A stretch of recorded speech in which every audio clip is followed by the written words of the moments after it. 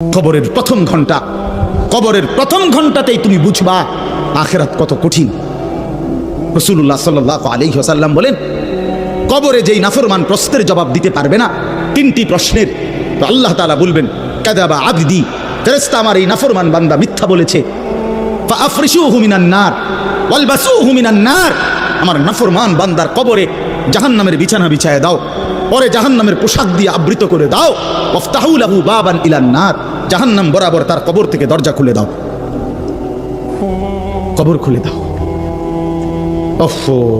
আল্লাহ নবী সাল্লাল্লাহু আলাইহি ওয়াসাল্লাম বলেন, তখন কবর তারে, ফেরেশতা যখন তাকে রাইখা যাবে, কবর তারে ডান দিকের মাটি বাম দিকে একটা চাপ দিবে, বাম দিকের মাটি ডান দিকে চাপ দিবে। আল্লাহর কসম নবী বলছে, হাত্তা তাখতালিফা আদলাউহু, ডান পাশের হাড্ডি এবং এই পাজরের হাড্ডিগুলো করকর করে ভাঙ্গা বাম দিকে চলে যাবে, বাম দিকের গুলো ডান দিকে চলে যাবে। ভাইয়া আমার, তুমি তোমার উপরে রহম করো। বাপ আমার, আপনাদেরকে বলি, হারামের টাকা উপার্জন কইরা, সুদের টাকা, কিস্তির টাকা, ঘুষের টাকা, ওজনে কম দেওয়া টাকা, হারাম ব্যবসার টাকা, বাটপারি সিটারির টাকা দিয়া বংশ, ফ্যামিলি, স্ত্রী, সন্তানের জন্য রাখা যাইয়েন না। ওরা আমনে বরবাদ করবে, আপনি নিজেও বরবাদ হলেন, ওরাও বরবাদ করলেন। শুধু শুধু শুধু শুধু আপনি মূল্য পৃথিবীতে কামাই রোজগারই থাকবে, আর পৃথিবীতে যে তোর রোজগার থাকবে আপনার ফুতেই কামাই করতে পারবো। আপনি হালাল ভাবে যে দূর পারেন করে দিয়েছে, বাকিটা আপনার ফুতে করবেন। না পড়লে মরে যাবে, অসুবিধা কি? না খাইয়া যদি কেউ মরে যায়, তাহলে মৃত্যুবরণ করা তো বেজ্জুতি, ঠিক না? কথা বলেন না কেন? না না, বলেন বলেন। কেউ মরে যাওয়া এটা কি শরমের কথা নাকি? ভাই বলো, ছেলে বলো। আরে ছি ছি ছি ছি, ওটা মরে গেল, কেমন শরমের কথা এটা? এমন এটা কথা হইলো কোনো? তো মরলে কিছে, মনে করেন না খাইয়া মরেই গেছে, তো মরলে কিছে? মরণ কি শরমের কিছু? তো বাপ দাদা 14 গোষ্ঠী মরছে, তো আমি মরলে সুবিধা কি? আহা, এজন্য বন্ধু আল্লাহ তাআলা বলছেন, ওয়ালাউ তারা ইযিয যালিমুন, এই শোনেন বন্ধু, আপনি যদি একটা নজর দেখতেন। আমরা তাফসীরে কিতাবে পড়ছি, আত-তাযকিরা, ইমাম কুরতুবী রাহমাতুল্লাহর কিতাব আত-তাযকিরা ফি আহওয়ালিল মাউতা ফিল আখিরা, অনেক সুন্দর কিতাব, বাংলা অনুবাদ হয়েছে মৃত্যুর ওপারে। ইমাম কুরতুবীর খুব সুন্দর, অনুবাদটাও অসাধারণ। এই বইতে আছে, ইব্রাহিম আলাইহিস সালাম একবার আজরাইলকে বলছিল, মালাকুল মউত আজরাইল, নাফরমানের জান কবজ করবার সময় তুমি যেই চেহারাটা হয় তোমার, ওটা আমার একটু দেখাও। মালাকুল মউত আজরাইল বলছিল, হে আল্লাহর নবী, কসম আপনি এটা দেখতে চাইেন না, আপনি সহ্য করতে পারতেন না। ইব্রাহিম আলাইহিস সালাম বলেন, না আজরাইল, আমি এটা দেখুমই, তুমি আমারে দেখাও একটা নজর। মালাকুল মউত আজরাইল কোন পাপী ব্যক্তির জান কবজের সময় যে বিভৎস কুৎসিত আকৃতি ধারণ করে, আল্লাহর কসম ওই আকৃতি যখন ধারণ করছেন ইব্রাহিমের সামনে, ইব্রাহিম নবী সাল্লাল্লাহু আলাইহি সাল্লাম একটা চিৎকার মাইরা বেহুশ হয়ে গেছে। লম্বা সময় পরে যখন হুঁশ আসছে, তো আমি নিজে পড়ছি কিতাবে, আরবি কিতাবে, ইব্রাহিম আলাইহিস সালাম আল্লাহকে বলছে, আল্লাহ আপনার জাতের কসম মাওলা, কোন নাফরমান পাপী তার কবরের আযাব, আখিরাতের আযাব, জাহান্নামের আযাব কিছুই লাগবে না, শুধু মালাকুল মউত আজরাইলের এই বিভৎস দৃশ্য যদি সে একবার দেখে, তো তার 60 বছরের নাফরমানির শাস্তির জন্য এটাই যথেষ্ট। হ্যাঁ, আখরিজু আনফুসাকুম, এখানেও আল্লাহ তাআলা এই কথাটা বলছে, ফালাউলা কাল্লা ইদা বালাগাতিত তারাকিয়া। আল্লাহ তাআলা বলেন, কখনোই না বান্দা, অর্থাৎ কোনোভাবেই থামাইতে পারবে না, ইদা বালাগাতিত তারাকিয়া, প্রাণ যখন, রূহ যখন কলিজা থেকে ছিঁড়ে ফেরেশতা মালাকুল মউত টান মারবে, যখন কণ্ঠনালীতে পৌঁছে যাবে, তখন আর কোনো নাফরমান, কোনো তওবা, কোনো ইস্তিগফার, কোনো চিৎকার, কোনো ঝাড়, কোনো ফুক, কোনো ডাক্তার, কোনো কবিরাজ, কোনো বৈদ্য, কোনো কিছু দিয়েই আর নিজেকে ফেরাইতে পারবে না। ইদা বালাগাতিত তারাকিয়া, যখন কণ্ঠনালীর মধ্যে ফেরেশতা টান দিয়ে বের করে ফেলবে রূহ, কলিজা থেকে, কলব থেকে রূহকে টেনে ধরবে, যখন কণ্ঠনালীতে চলে আসবে, ওয়াকিলা মান রাক, আশপাশের সকলেই তখন বলবে, এই ব্যক্তি যে ছটফট করতেছে তারে এখন কোন কবিরাজ দিয়া ঝাড়াবে? সবাই ডাক্তার, কবিরাজ, বৈদ্য, ওজা খুঁজবে, দেখো না কার কে পরিচিত আছে, ডাকো, ওরে বাঁচাইবার চেষ্টা করো। ওয়ান্না আন্নাহুল ফিরাক, আল্লাহ বলে কিন্তু ওই ব্যক্তি ঠিকই বুঝে ফেলেছে আজকে তাকে নিশ্চিত এই পৃথিবী থেকে বিচ্ছিন্ন হতে হবে। আত্মীয় স্বজন তারা যদিও ডাক্তার কবিরাজের জন্য চিল্লাচিল্লি করছে, কিন্তু লোকটা নিজেই বুঝে ফেলবে আন্নাহুল ফিরাক, তাকে এখন এই দুনিয়ার মায়া থেকে বিচ্ছিন্ন হইতেই হবে। কারণ মালাকুল মউত তো রূহটা ছিঁড়া ফেলছে, কলিজা থেকে টান দিয়া ফেলছে, আর তো ফেরত যাবে না, আর তো ফেরত যাবে না। ইন্নাল্লাহা ইয়াকবালু তাওবাতাল আবদি মা লাম ইউগারগির। নবী সাল্লাল্লাহু আলাইহি ওয়াসাল্লাম বলেন, নিশ্চয়ই আল্লাহ তাআলা বান্দার তওবা কবুল করেন যতক্ষণ পর্যন্ত না মৃত্যুর গড়গড়া শুরু হয়, ওর আগ পর্যন্ত। ফেরেশতা টান দিলে মৃত্যুর যখন গড়গড়া শুরু হয় তখন যদি কোনো বান্দা তওবা করে আল্লাহ তাআলা সেই তওবা কবুল করে না। এবার দম টানে, এখানে সোজা হইয়া গেছে। এই সময় হুজুর আনছে 200 টাকা দিয়া, হুজুর আব্বারে গদুর বেহেস্ত বুঝ করে দেন, তোবা ভরাইয়া দেন, তোবা। এই সারা জিন্দিগির সিটারি বাটফারির তোবাটা এই 200 টাকা দিয়া আব্বারে মিল করে দেন। হ্যাঁ, ফেরেস বেহেস্ত দিয়ে দিব। বেহেস্ত হুজুরের আব্বার সম্পত্তি। হ্যাঁ, কথা বলেন না কেন? বেহেস্ত হুজুরের বাপের সম্পত্তি এটা।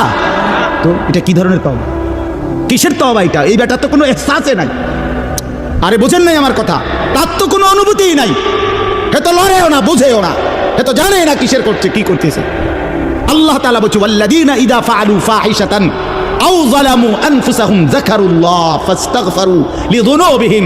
আল্লাহ বলছে আমার বান্দা যত বড় নাফরমানি করুক, করতে করতে যদি বড় থেকে বড় জুলুমও করে, কিন্তু তৎক্ষণাৎ যদি আমি আল্লাহকে স্মরণ করে আর আমার কাছে 2 হাত তুলে মাফ চায়, পিছনের গুনাহ যদি ছেড়ে দেয় আর করবে না যদি ওয়াদা দেয়, খোদার কসম কোরআনে আছে, আল্লাহ বলেন বান্দা আমি পুরাপুরি 100% মাগফিরাত দিয়ে দেব, পুরা মাফ। উলাইকা জাযাউহুম মাগফিরাতুম মির রাব্বিহিম।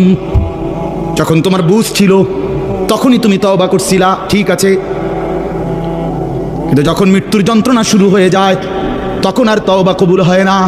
ওয়ালাইসাতিত তাওবাতু লিল্লাযীনা ইয়ামালুনাস সাইয়্যাত হাত্তা ইযা জাআ আহাদাহুমুল মাউত ক্বালা ইন্নী তুবতুল আন। এই যে কোরআন শরীফের আয়াত।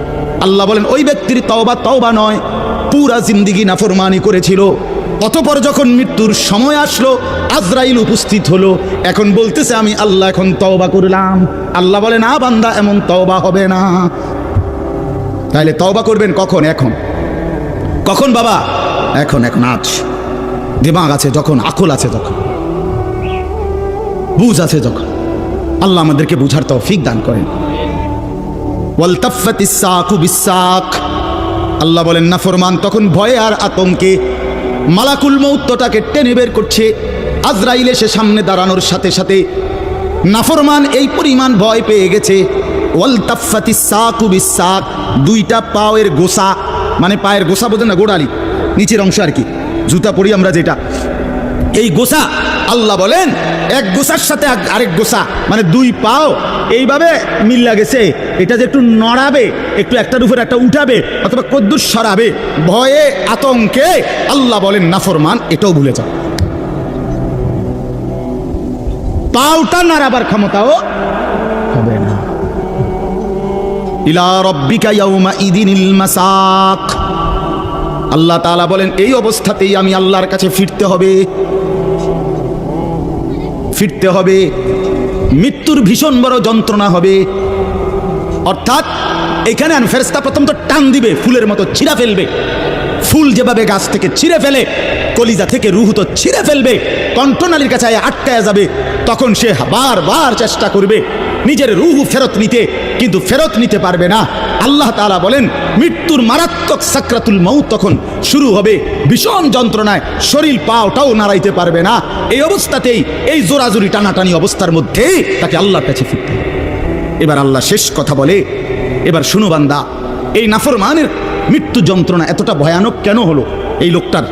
আল্লাহ তাআলা বলেন ফালা, ওই ভাই ছেলেরা শোনো, ভাই আবার শোনো, যা এই ধমকাইছি, খোদার কসম দুশ্মনী নিয়ে ধমকাই নাই, তোমার সাথে কোনো বিদ্বেষ নিয়ে ধমকাই নাই, কলিজা ভরা এটুকু ফিকির নিয়েই বলি যে এক ছেলে বদলে যাক, একটা নওজোয়ান বদলে যাক, সারাদিনের চিৎকার চেঁচামেচির দ্বারা, এই দিবানিশির এই বলার দ্বারা যদি একটি বাচ্চাও, একটা ছেলেও, একটা কিশোর, একটা যুবক, একটা তরুণ, একটি মুসলমানের মা মেয়ে যদি বদলায়, হতে পারে ওই একজনের উসিলে আল্লাহ আমাদেরকে মাফ করে দিবে।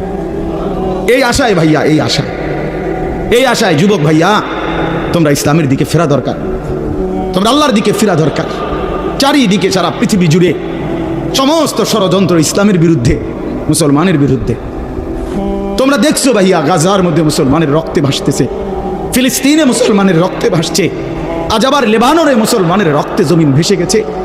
এত রক্ত প্রতিদিন মুসলমানের ঝরছে, এরপরও কেমনে নামাজ না পড়া থাকো, এরপরও কেমনে দুশ্মনের মতো চলাফেরা করো, কার মতো চুল সাজাইলা, কার মতো জামা পরলা, কার মতো নিজেকে পরিচয় দিলা, যেই বেঈমানদের সাথে তোমার চুল, জামা, শরীর, প্যান্ট, কথাবার্তা মিলাইছো। খোদার কসম, ওরা তো প্রতিদিন মুসলমানের রক্তে জমিন ভাসায় দিচ্ছে, প্রতিদিন ভাসায় দিচ্ছে।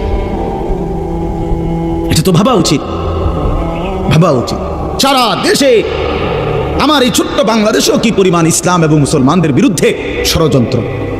আমি গত আগস্ট মাসে উত্তরবঙ্গ ছিলাম, 40 দিন দাওয়াত তাবলিগের সফরে, আল্লাহর রাস্তায় মেহনতে 40 দিন এক চিল্লা সফরে ছিলাম।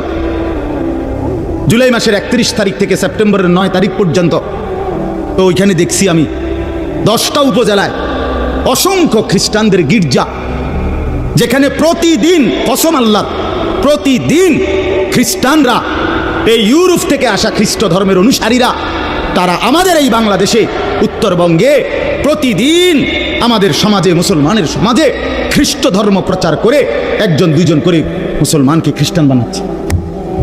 আমি নিজ চোখে দেখছি, কমপক্ষে 50টা গির্জা দেখছি একটি জেলার মধ্যে।